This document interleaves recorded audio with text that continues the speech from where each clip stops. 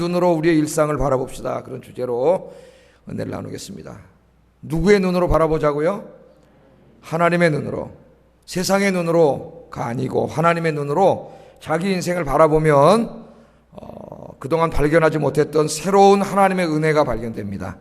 룻기를 읽으면 그것을 깨달을 수 있어요. 제가 한 6년 전에 이 전교인 특별 새벽기도, 신년 특별 새벽기도 때 아마 기억이 나실지 모르겠지만은 2주에 걸쳐서 룻기를 자세하게 강해한 적이 있습니다. 룻기를 강해했는데 이 룻기에 보면은 룻기의 주인공들이 아주 평범한 사람들이에요. 우리 같은 사람들입니다. 대충 성경 구약의 이야기 보면 왕의 이야기, 사사의 이야기, 민족의 이야기, 선지자의 이야기, 제사장의 이야기, 이런 이야기들이 많이 나오는데 아주 지극히 평범한 사람의 이야기가 룻의 이야기입니다. 그래서 어떤 성경보다도 우리에게 큰 은혜가 되는 말씀이 룻기예요. 여러분, 그 나옴이라는 여인이 이 인생이 여기 나오지 않습니까? 룻과 하나님이 기뻐하시지 않는 곁길로 떠나가지고 약속의 땅을 떠나서 하나님 말씀을 떠나서 살아가다가 하나님의 심판을 받아가지고 철저하게 망해버렸습니다. 남편도 죽고 자식들도 다 죽어버렸습니다. 그래서 홀로 된 시어머니 나오미하고 또 과부 며느리하고 두 사람이 그 비참한 가운데 두 사람이 빈털털이 거지가 돼가지고 고향으로 돌아오잖아요.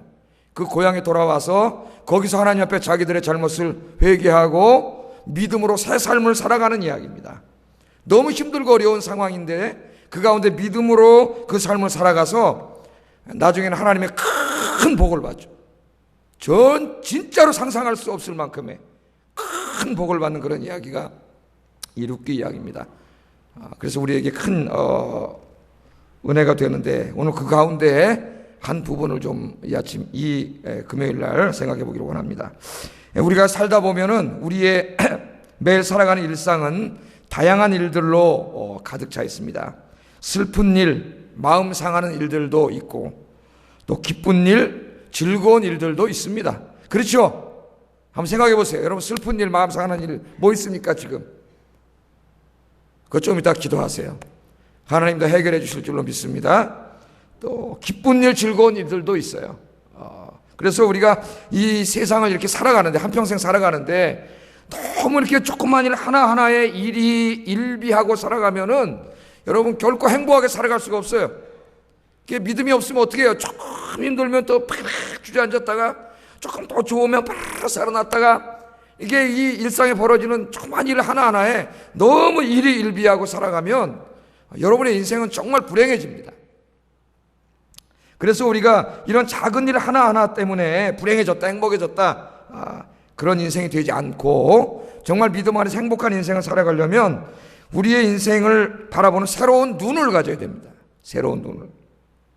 그게 뭐냐면은 하나님의 눈으로 우리의 인생을 바라보는 것입니다. 하나님의 눈으로 우리의 인생을 바라보는 것.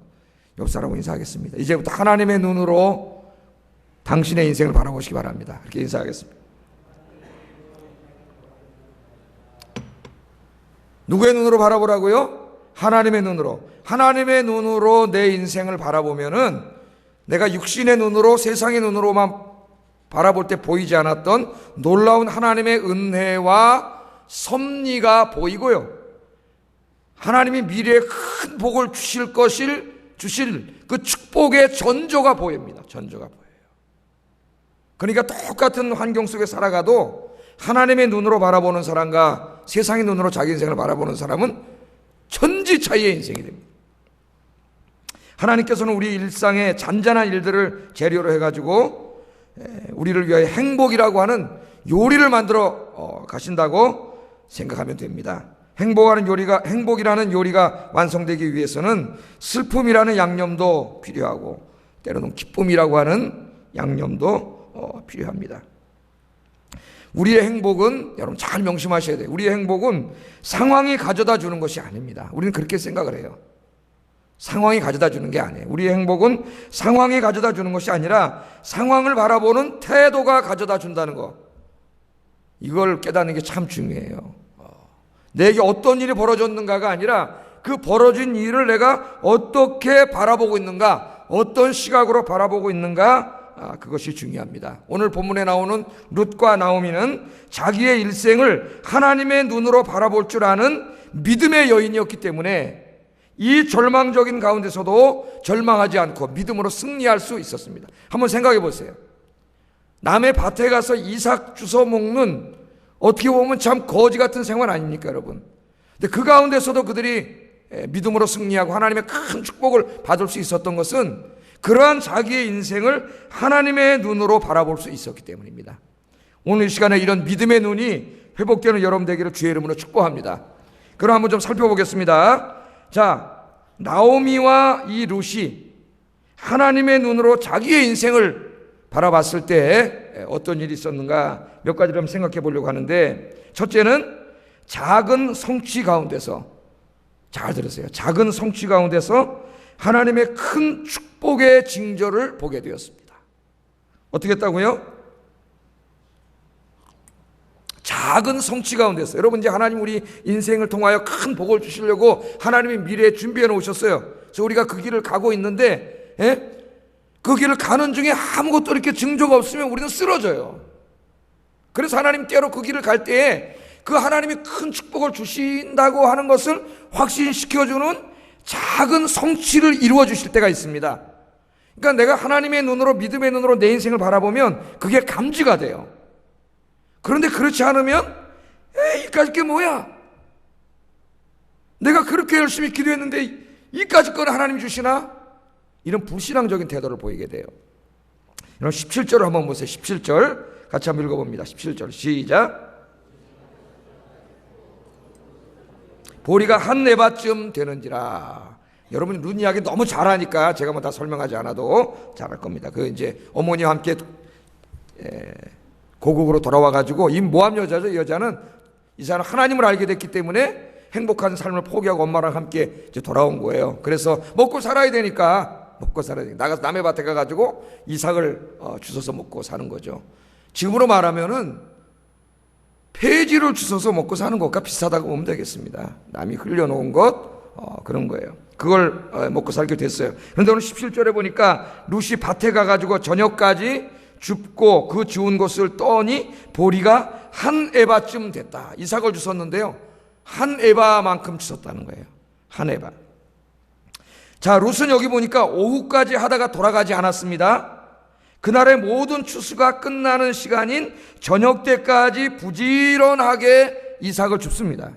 지금 룻이 어떻게 살아가나 보세요. 믿음의 사람들이 어떻게 살아가나 보시라고요. 이삭 줍는 그 아주 가장 하찮은 일, 뭐랄까요, 가장 불쌍한 사람들이 하는 일이지만 어떻게 살아가나를 잘 보세요. 믿음의 사람들이 저녁 때까지 부지런하게 이삭을 줍습니다. 그리고 남들이 다 돌아간 시간에 그 주운 이삭을 어떻게 해요? 떨어요. 그걸 다 많이 못 가져가니까 다 떨었다고 성경은 이야기합니다. 우리는 룻기를 통해서 이 룻이라고 하는 여성이 얼마나 부지런하고 성실한 사람인가를 배우게 됩니다. 그러니까 믿음의 사람들은 부지런하고 성실한 사람들이에요. 룻은 일확천금을 꿈꾸는 사람이 아닙니다. 하루아침에 인생 역전을 꿈꾸는 그런 사람이 아닙니다. 하루아침에 인생 역전을 꿈꾸는 것은 신앙적인 태도라고 볼 수 없습니다. 룻은 작은 일이지만, 보잘것없는 일이지만, 하찮은 일이지만 그 이삭 줍는 일을 하나님이 주신 일로 생각하고 최선을 다해서 일하고 있습니다. 성경은 룻이 그날 하루 동안 주운 이삭이 한 에바라고 이야기합니다. 한 에바. 그럼 우리가 쓰지 않는 도량형이기 때문에 한 에바는 어느 정도 되느냐? 한 13kg 정도 된다 그래요. 13kg. 한 마리 몇 킬로예요? 8kg. 그러면 한 말 반 정도 되는 거예요. 많이 주셨어요? 적게 주셨어요? 예? 많이 주셨죠. 한 말 반. 하루에 나가서 한 말 반씩 줬는데 한 해봐 13kg 정도를 주셨습니다. 이것은 룻이 그날 얼마나 열심히 일했는가를 단적으로 보여줍니다. 물론 앞에 읽어보면 보아스가 좀 도와줬어요. 막 이삭 갖다 일부러 떨어뜨리라 그래가지고 많이 떨어지게 해서 막 죽게 했지만 열심히 일해가지고 13kg를 얻게 됐습니다. 룻이 시어머니 나오미와 일주일 정도 먹을 분량을 하루에 벌었습니다. 일주일 먹을 분량. 하루 일한 것 치고는 차고 넘치는 양이었습니다. 자, 이 그림, 이 그림을 강조하고 있어요. 한 에바를 얻었다는 것을 강조하고 있는데, 룻기의 주석가인 로버트 L. 하버드라고 하는 사람은 이 부분을 주석하면서 하나님께서 앞으로 룻에게 갚아줄 엄청난 큰 축복이 있는데, 우리 이제 알죠, 그게 보아스라고 하는 그 시대에 우리나라로 말하면 이건희예요, 이건희. 근데 예수 잘 믿는 이건희, 그게 보아스예요, 여러분. 그 사람과 결혼해가지고 어마어마한 거부가 되지 않습니까? 그런데 그 큰 축복을 주시기 전에 이 13kg라고 하는 하루에 도저히 여인이 주실 수 없는 많은 이삭을 죽게 하심을 통하여, 작은 성취를 통하여 지금 뭘 보여주시는 거예요? 큰 축복을 주시겠다고 하는 것을 미리 작은 성취를 통하여 보여주고 있다고 해석을 하고 있어요. 하나님께서 큰 축복을 주실 것인데 미리 첫 지불액을 주신 거다, 그렇게 해석을 하고 있습니다. 너무나 멋있는 해석이다, 그렇게 생각이 듭니다. 종종 하나님께서는 우리 인생을 살아가는데 이러한 작은 성취의 징조들을 보여주실 때가 있습니다. 여러분 경험해 본 적 있습니까? 큰 일을 하나님이 이루시기 전에 그 일을 반드시 이루어주겠다는 것을 우리에게 확신시켜 주시려고 이루어지는 과정에 작은 성취를 우리에게 경험하게 하실 때가 참 많아요. 제가 예를 한번 들어보겠습니다. 제가 부임해가지고 교회 시설을 부임하는, 이게 좀 고치는 일들을 몇 개 했어요. 이 앞에도 이렇게 고치고 저 영업실도 고치고 이렇게 좀 했죠. 그런데 그 일을 할 때마다 제가 걱정을 하죠. 이거 하려면 어느 정도의 돈이 있어야 되는데, 어느 정도의 헌금이 거쳐야 되는데 이게 어떻게 될까? 걱정하고 기도하는데 꼭 이상하게 이런 일을 할 때마다 어떤 분이 미리 찾아와가지고 상당수의 헌금을 먼저 냈어요. 이때까지. 이 앞에를 고칠 때는 한 청년이 찾아와가지고 그 부분의 몇 부분을 몇 퍼센트를 내가 내겠습니다. 그래서 그걸 내가지고 그것을 통해서 이 운동이 일어나가지고 또 이 앞을 짓게 되고, 다른 사람들도 은혜 받아 헌금을 하게 되고, 그렇게 됐어요. 제가 이 일을 몇 번 경험했습니다. 또 이 냉방기 공사할 때 돈이 굉장히 많이 들었죠. 다 교체할 때. 그런데 그때도 우리 교회를 한 2년 다니시다가 직장이 뉴질랜드에 취직돼가지고 뉴질랜드로 가시는 분이 제가 설교 중에 어떤 냉방 얘기를 하는 걸 들으셨다가 우리 교회에서 2년 동안 잠깐 다닌 거예요. 은혜 받고 가면서. 내가 이 교회에서 2년 동안 은혜 받고 가는데 뭘 하나님께 드리고 가야 되나 그러다가 냉방 장치를 한다는 소식을 듣고 상당수의 헌금을 드렸어요. 냉방 헌금으로. 제가 이미 옛날에 다 이야기를 했죠. 그리고 가셨어요. 그래서 제가 깨달은 것이 어떤 큰 비용이 필요하고 그것을 위해 기도할 때 하나님이 한 사람 두 사람의 이런 믿음의 사람들을 통해 작은 성취를 이루게 하시더라는 거예요. 제가 그걸 받고 이번 일은 충분히 되겠구나, 하나님이 복을 주시겠구나 확신을 했습니다. 할렐루야.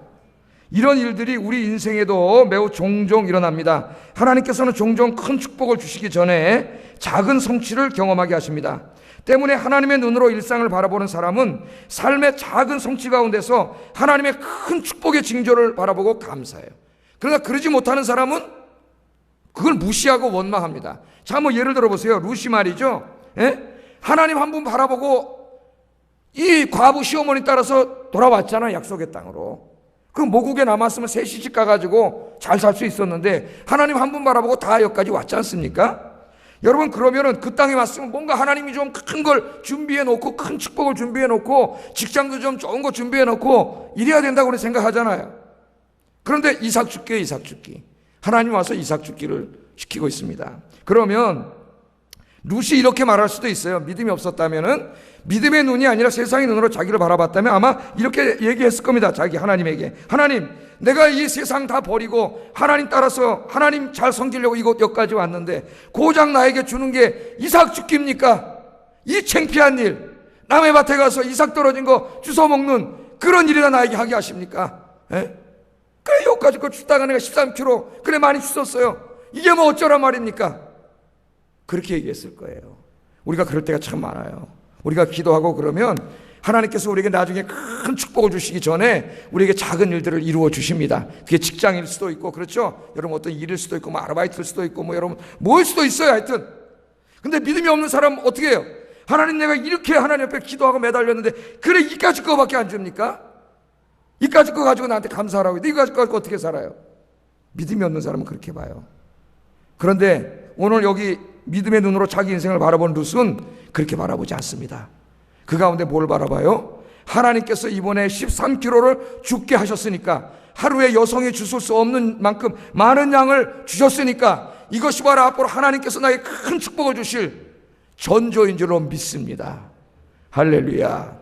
그렇게 감사했다는 거예요. 여러분, 하나님께서 지금 그런 일들을 여러분 인생에 막 베풀어 주시는데, 여러분 인생의 작은 일들이 조금씩 성취되는 가운데서 여러분 감사하세요. 하나님께서 이제 그 작은 일을 성취하신 하나님께서 여러분에게 더 큰 축복들로 여러분 인생에 채워주실 줄로 믿습니다. 그러니까 말을 함부로 하지 마세요. 함부로 하지. 두 번째, 하나님의 눈으로 자기의 인생을 바라보면 힘든 일상 가운데서도 기쁨이 충만해집니다. 기쁨이. 자, 왜 그럴까요?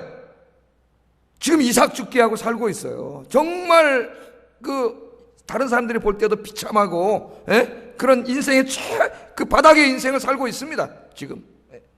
그런데 그런 가운데도 하나님의 눈으로 바라보면 기쁨이 가득해요. 오늘 보면 이 룻의 기쁨이 가득합니다. 왜 그럴까요?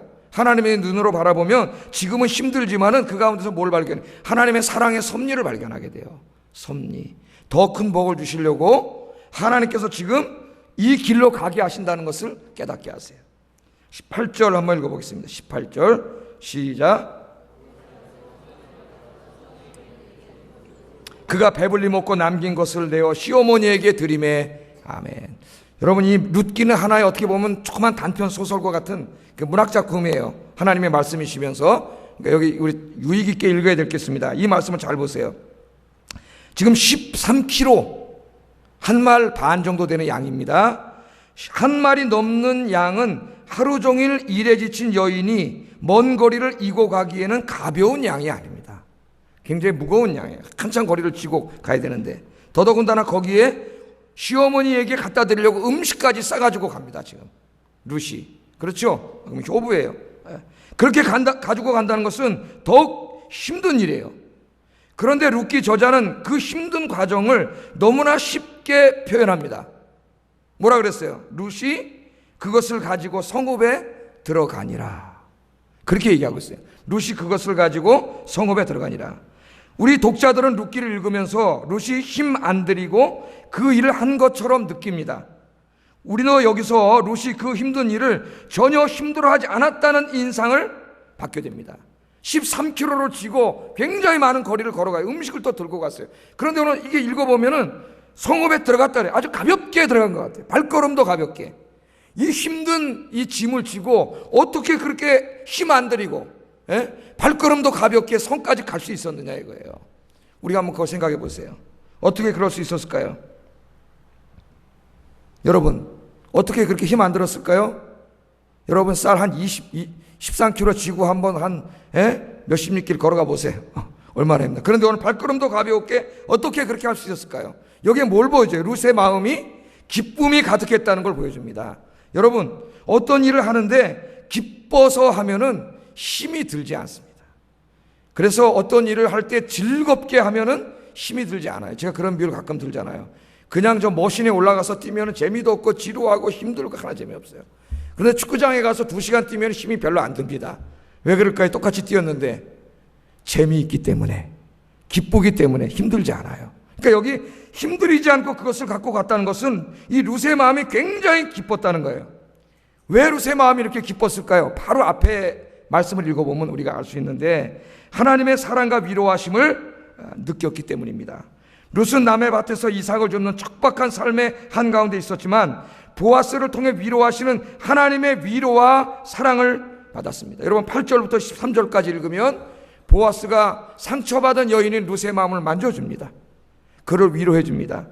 룻은 이 보아스의 말을 통해서 자기를 위로하시는 하나님의 음성을 들었습니다. 할렐루야. 그냥 말로 들었을 수도 있어요. 내가 좀 젊고 이쁘니까 나한테 무슨 수작 거는구나, 그렇게 들을 수도 있어요. 그런데 룻은 믿음의 눈으로 자기 인생을 바라봤기 때문에 보아스를 통해서 자기를 위로하는 하나님의 음성을 들었어요. 큰 위로를 받았어요. 아, 내가 비록 이삭을 죽고 있지만 이 사람을 통해서 하나님 나를 위로하시는구나. 그 하나님의 위로와 사랑을 깨달으니까 그의 마음이 힘이 넘치고 기뻐졌습니다. 오늘 하나님께서 여러분 찾아오셔서 이렇게 위로해 주시기를 주의 이름으로 축복합니다. 오늘 저의 설교가 여러분에게 보아스의 음성으로 들려지기를 주의 이름으로 축복합니다.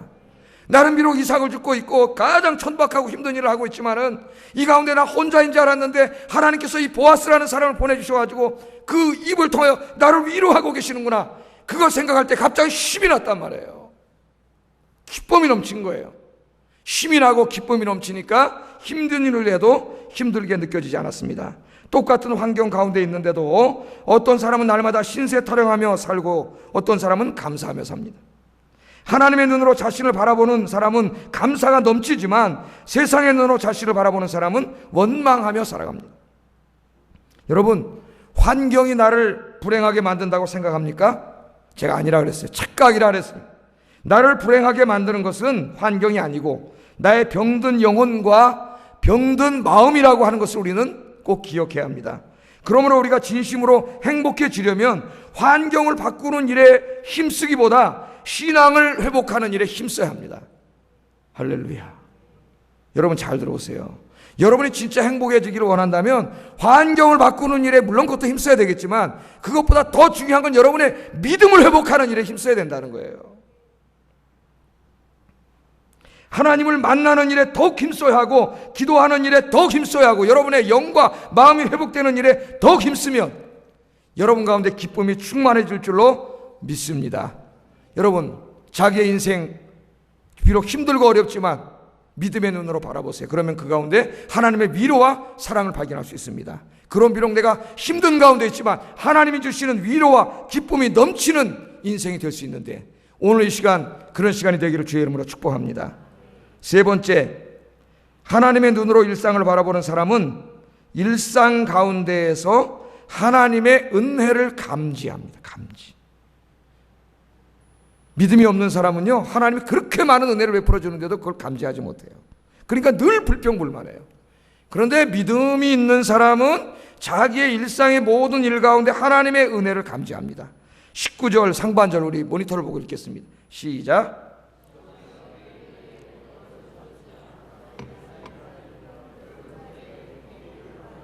아멘. 이 나오미가 보니까요 너무 많이 가지고 왔어요. 13kg 너무 많이 가지고 왔습니다. 그래서 룻이 가지고 온 음식과 곡식을 보고 깜짝 놀랐습니다.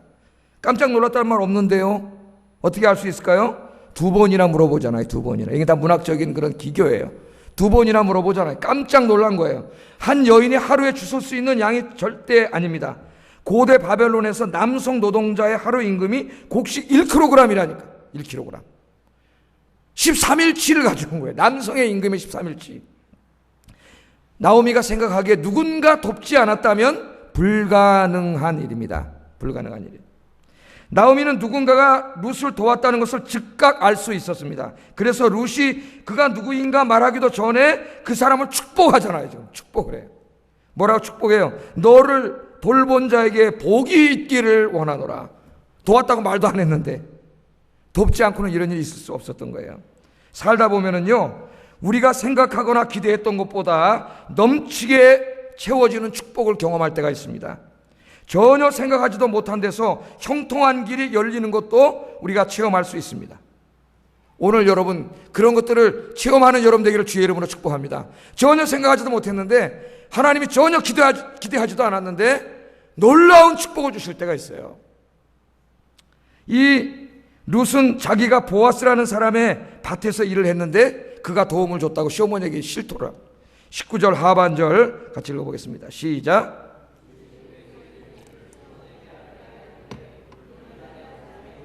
보았으니이다 하는지라. 아멘. 이 그 사람이 도왔는데, 도왔다는 건 알았지만 그 사람이 보아스라는 말을 듣고 나오미 더 깜짝 놀랐어요. 더 하나님의 은혜를 감지했어요. 더 하나님의 은혜를 느꼈어요. 왜? 이 보아스가 누구라 그래요? 자기 친족이에요. 친족. 20절 한번 읽어보겠습니다. 시작.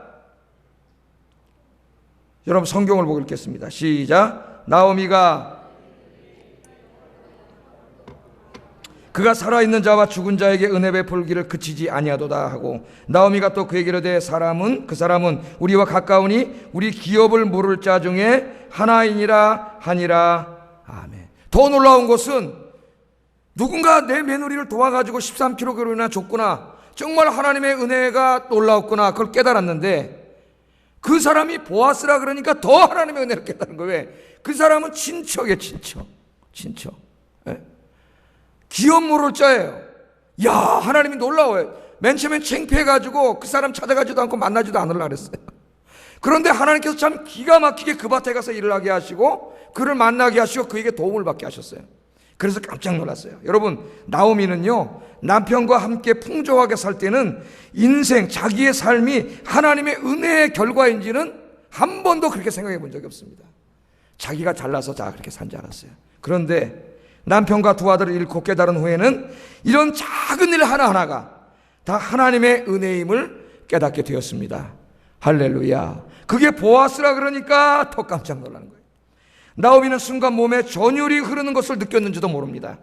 하나님께서는 전혀 생각하지도 못한 방법으로 자신의 인생에 개입하고 계셨기 때문입니다. 보아스는 자기의 무너진 가문을 세워주고 잃어버린 땅을 찾아줄 수 있는 기업부를 자였습니다. 나오미는 이런 일이 벌어지리라고는 꿈도 꾸지 못했습니다. 그런데 하나님께서 바로 그 꿈도 꾸지 못한 방법으로 놀랍게 역사하고 계셨습니다.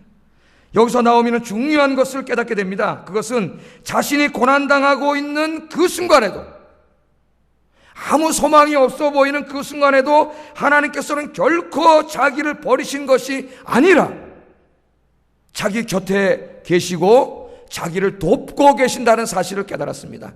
할렐루야. 여러분 힘드십니까? 고통 가운데 있습니까? 염려하지 마세요. 하나님이 여러분과 함께 계시는 줄로 믿습니다. 이사야 18장 4절에 보면은 이렇게 말씀을 하셨어요. 여호와께서 이르시되 내가 나의 처소에서 조용히 감찰함이 죄인은 일광 같도다. 여러분, 햇빛이 죄일 때 우리는 그 햇빛 때문에 살아간다는 걸 느끼지 못합니다. 근데 하나님의 은혜가 이와 같아요. 하나님은 일광처럼 항상 여러분을 쬐이고 계신다 그랬어요. 여러분, 태양이 항상 존재하면서 우리를 쬐주잖아요. 그런데 우리가 별로 느끼지 못하고 살지 않습니까? 하나님이 그와 같다고 이사야 선지자는 이야기하고 있습니다.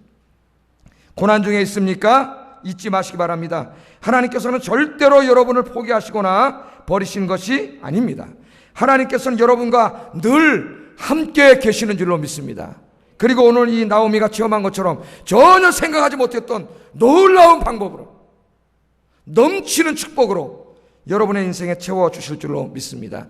오늘 새벽에 예레미야 33장 공부를 하고 제가 설교를 했는데 그 33장 2절 3절을 중심으로 제가 설교를 했어요. 너희는 내게 부르짖으라 내가 응답하겠고 그 다음 내가 알지 못하는 크고 비밀한 일을 내게 보이리라. 아멘. 이 말씀을 제가 설교를 했습니다. 새벽에. 예? 한 20명밖에 안 나왔는데 목이 터져라고 제가 열심히 설교를 했어요.